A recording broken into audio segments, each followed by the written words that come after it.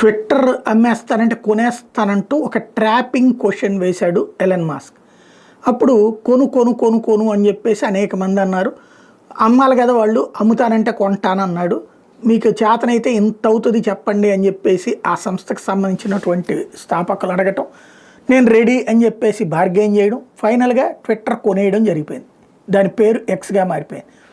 Leftist ఐడియాలజిస్టులు దేశవ్యాప్తంగా కాకుండా ప్రపంచవ్యాప్తంగా ఉన్నటువంటి వాళ్ళందరికీ అదొక పెద్ద అస్త్రం. అట్లాంటిది బ్లాక్ అయ్యేటప్పటికి ఇక ట్విట్టర్కి ఆల్టర్నేటివ్గా కొత్త వ్యవస్థ రావాలన్నటువంటి ప్రయత్నం జరిగింది. అదే సందర్భంలో ట్విట్టర్ ఆర్థికంగా నష్టపోవడం కోసం అని చెప్పేసి అందులోకి యాడ్లు ఇచ్చే వాళ్ళందరూ ఆపేయడం, అంతర్జాతీయంగా ఉన్నటువంటి వివిధ సంస్థలన్నీ కూడా ఆపేయడం జరిగిపోయింది.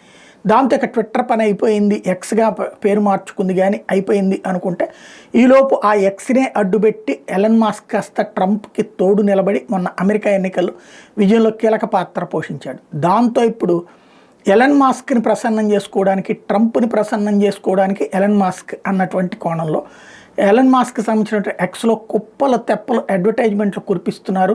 ఎవరైతే అంతకుముందు బ్యాన్ పెట్టినటువంటి అమెజాన్ లాంటి వాళ్ళ దగ్గర నుంచి ఇతరత్ర వ్యాపార సంస్థలన్నీ కూడా ఇప్పుడు అడ్వర్టైజ్మెంట్లు కుమ్మేయడం ప్రారంభించినాయి. ట్విట్టర్ అలియాస్ ఎక్స్ ఇప్పుడు క్రమంగా మళ్ళీ అడ్వర్టైజ్మెంట్లతో నిండిపోతుంది. యాపిల్ లాంటి వాళ్ళు కూడా 2023 నుంచి ఆపేసినటువంటి వాళ్ళు కూడా ఇప్పుడు చర్చలు జరిపి యాడ్లు ఇవ్వడానికి సిద్ధపడిపోతున్నారు.